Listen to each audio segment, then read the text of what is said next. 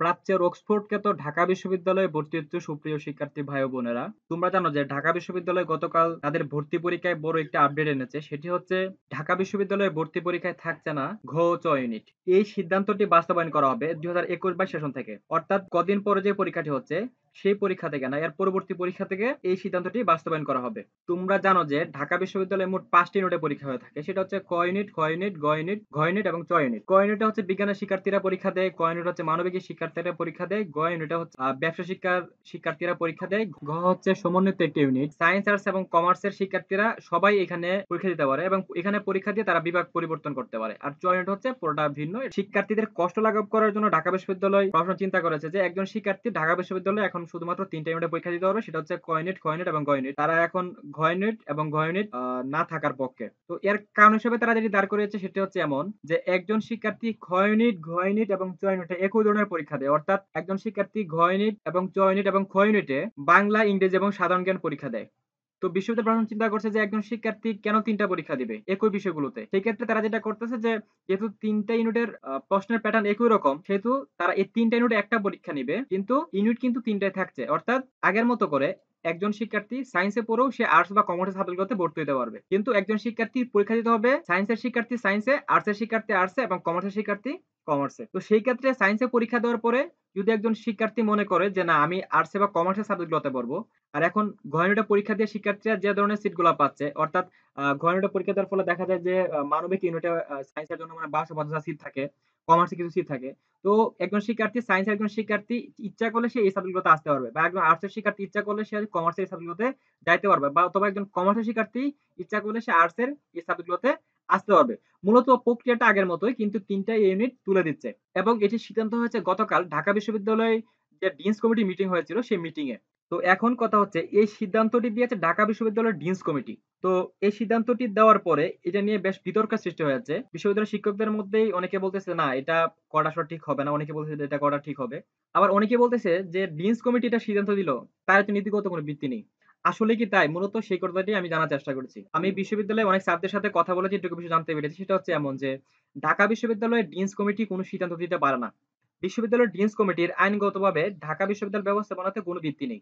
আমি যতটুকু জানতে পেরেছি সেটি হচ্ছে এমন, আখতারুজ্জামান স্যারের আগের ভিসি অধ্যাপক আরিফিন সিদ্দিক স্যার যখন উপাচার্য ছিলেন তখন ডিনদের দৈনন্দিন কাজে গতি বাড়ানোর জন্য একটা অনানুষ্ঠানিক সমন্বয় ফোরাম হিসেবে ডিনস কমিটি গঠন করেন। তাই ডিনস কমিটি কোনো সিদ্ধান্ত দিতে পারে না। যদি ভর্তি পরীক্ষা নিয়ে কোনো সিদ্ধান্ত দিতে হয় তাহলে একমাত্র সিদ্ধান্ত দিবে একাডেমিক কাউন্সিল। আর যদি ডিনস কমিটির সিদ্ধান্ত মানা হয় তাহলে ঢাকা বিশ্ববিদ্যালয়ের যে অধ্যাদেশ রয়েছে সেই অধ্যাদেশ লঙ্ঘন করা হবে। 1973 সালে যে অধ্যাদেশ রয়েছে সেই অধ্যাদেশের 25 নম্বর ধারায় একটি কথা বলা আছে। কথাটা হচ্ছে এমন, The academic council shall be the academic body for the university and shall subject to the provisions of this order. The statutes and the university ordinance have the control and general supervision order and be responsible for maintenance of standards of instruction, education and examination within the university and shall exercise such other powers and perform such other duties as may be conferred or imposed upon it by the statutes. It shall have the right to advise the syndicate on all academic matters. এই বিষয়টার যদি একটু আমি সংক্ষেপে বলতে চাই তাহলে এখানে যে বিষয়টা বোঝানো হচ্ছে সেটা হচ্ছে এমন যে একাডেমিক কাউন্সিল বিশ্ববিদ্যালয় একাডেমিক সংক্রান্ত সকল কিছুর রক্ষণাবেক্ষণ এবং সিদ্ধান্ত দিবে এবং সমস্ত শিক্ষাগত বিষয়ে সে বিশ্ববিদ্যালয় সিন্ডিকেটকে পরামর্শ দিবে এবং সিন্ডিকেটকে পরামর্শ দেওয়ার মতো তার সেই অধিকার থাকবে। তো এখন কথা হচ্ছে তাহলে কি বিশ্ববিদ্যালয়ের ডিনস কমিটির সিদ্ধান্তটি অনর্থক? বিষয়টা আসলে এমন নয়। যেহেতু ডিনস কমিটির কোনো ভিত্তি নেই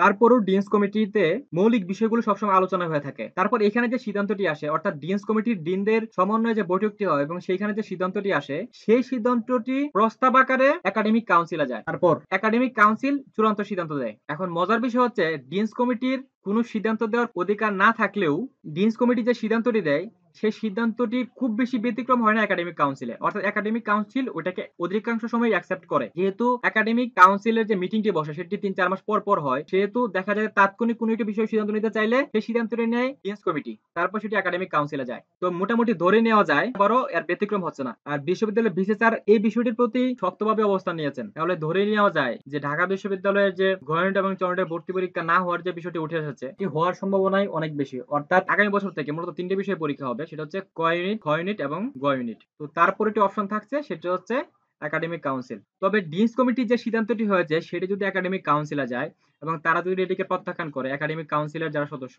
তাহলে এই সিদ্ধান্তটি বাস্তবায়ন নাও হতে পারে। এদিকে ডিনস কমিটি এই সিদ্ধান্তটি দেওয়ার পরে বিশ্ববিদ্যালয় জুড়ে বইছে আলোচনা সমালোচনার ঝড়। শিক্ষা সংশ্লিষ্টরা জানিয়েছেন যে এই দুটি ইউনিট থাকা দরকার। কেন? কারণ হচ্ছে একজন সায়েন্স বা কমার্সের শিক্ষার্থী যখন আর্টসে আসে বা কমার্সে আসে, তখন যদি তার বিষয়ে সামান্য নলেজ না থাকে, তাহলে সেটি তার জন্য চালানো হয়তো কষ্টসাধ্য হয়ে যেতে পারে। সেজন্য তারা চাচ্ছেন যে এই ইউনিটগুলো থাকুক। আবার অনেকে বলতেছে যে না, শিক্ষার্থীর অনেক কষ্ট হয়, সেই বিষয়গুলো থাকার দরকার নেই, শুধুমাত্র একটা ইউনিটের পরীক্ষা হোক। তো সেই ক্ষেত্রে খ ইউনিটের যে নামটা আছে সেই নামটা পরিবর্তনের প্রস্তাব করেছেন হচ্ছে আমাদের সামাজিক বিজ্ঞান অনুষদের ডিন অধ্যাপক ডক্টর সাদেকা হালিম। তো উনি আবার ঘ ইউনিট থাকার পক্ষে, অর্থাৎ উনি তো আসলে ঘ ইউনিটের ডিন, তো উনি আসলে ঘ ইউনিট থাকার পক্ষে মত দিয়েছেন। এছাড়াও ছাত্র সংগঠনের নেতারাও এই বিষয়টি নিয়ে তীব্র প্রতিবাদ জানিয়েছেন। এই বিষয়টি নিয়ে সমাজতান্ত্রিক ছাত্র ফ্রন্টের ঢাকা বিশ্ববিদ্যালয় শাখার সভাপতি সালমান সিদ্দিকী ও সাধারণ সম্পাদক প্রগতি বর্মন বার্মা এক যৌথ বিবৃতি দিয়েছেন। বিবৃতিতে তারা যে বিষয়টি বোঝানোর চেষ্টা করেছেন সেটা হচ্ছে এমন যে একজন সায়েন্স পড়ুয়া শিক্ষার্থী সে ইচ্ছা করলে আর্টসের যে সাবজেক্ট গুলো আছে সেখানে সে ভর্তি হতে পারবে। আর্টসের একজন শিক্ষার্থী সে চাইলে কমার্সের যে সাবজেক্ট গুলো রয়েছে সেখানে সে ভর্তি হতে পারবে। কমার্সের একজন শিক্ষার্থী সে ইচ্ছা করলে আর্টস সাবজেক্টে আসতে পারবে। কিন্তু এভাবে কি আসলে মেধার সঠিক মূল্যায়নটি হবে? তাদের মতে হচ্ছে এভাবে সঠিক মেধার মূল্যায়ন হবে না। তো বিবৃতিটি যদি আমরা একটু পড়ি তাহলে আমরা বুঝতে পারবো। তো এই হচ্ছে তাদের বিবৃতি। বিবৃতিতে তারা বলেন, 2021-22 শিক্ষাবর্ষ থেকে বিলুপ্ত করা হবে ঢাকা বিশ্ববিদ্যালয়ের সামাজিক বিজ্ঞান অনুষদের ঘ এবং চারুকলা অনুষদের চ ইউনিটের ভর্তি পরীক্ষা। গত রবিবার উপাচার্য অধ্যাপক ডক্টর মোহাম্মদ আখতারুজ্জামানের সভাপতিত্বে ডিনস কমিটির মিটিংয়ে এই সিদ্ধান্ত নেওয়া হয়।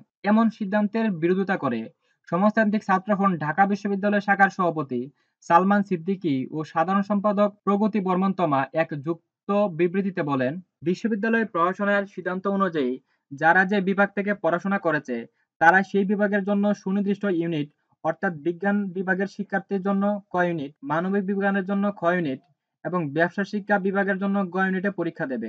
এ পরীক্ষার ফলের ভিত্তিতে পরবর্তীতে বিভাগ পরিবর্তন করা হবে।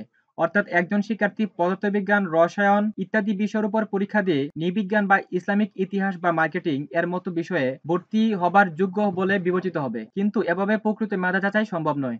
কলা ও সামাজিক বিজ্ঞান অনুষদের কোনো বিভাগে ভর্তি হতে হলে তাকে সংশ্লিষ্ট বিষয়ের পরীক্ষা দেওয়া উচিত। তাছাড়া চারুকলা অনুষদের অর্থাৎ চ ইউনিটের ভর্তি পরীক্ষা এক ধরনের বিশেষায়িত ভর্তি পরীক্ষা।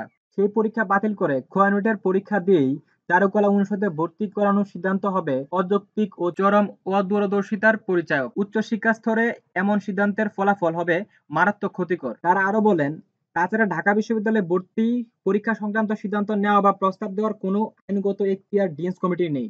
ভর্তি পরীক্ষা সংক্রান্ত ডিনস কমিটির সিদ্ধান্ত বা প্রস্তাব দিয়ে থাকলে তা আইনসম্মত নয়। ঢাকা বিশ্ববিদ্যালয়ের ব্যবস্থাপনা কাঠামোতে ডিনস কমিটি নামে কোনো কিছুর আইনগত কোনো অস্তিত্ব নেই। তা ডিনদের কার্যাবলী সমন্বয়ের একটি অনানুষ্ঠানিক ফোরাম ছাড়া অন্য কিছু নয়। ঢাকা বিশ্ববিদ্যালয় আদেশ 1973-এর 25 অনুচ্ছেদ অনুযায়ী পরীক্ষা সংক্রান্ত সিদ্ধান্ত নেওয়ার এখতিয়ার শুধুমাত্র একাডেমিক কাউন্সিলের। তাই ঢাকা বিশ্ববিদ্যালয় অনানুষ্ঠানিক সিদ্ধান্তে ডিনস কমিটির নামক বিধি বহির্ভূত কাঠামোর অযাচিত হস্তক্ষেপের প্রচেষ্টার নিন্দা জানাচ্ছি। তো এই ছিল বিশ্ববিদ্যালয় ভর্তি সংক্রান্ত সর্বশেষ আপডেট। পরবর্তীতে কোনো আপডেট আসলে আমরা তোমাদের জানিয়ে দেব। সেই পর্যন্ত ভালো থাকো, সুস্থ থাকো। ধন্যবাদ।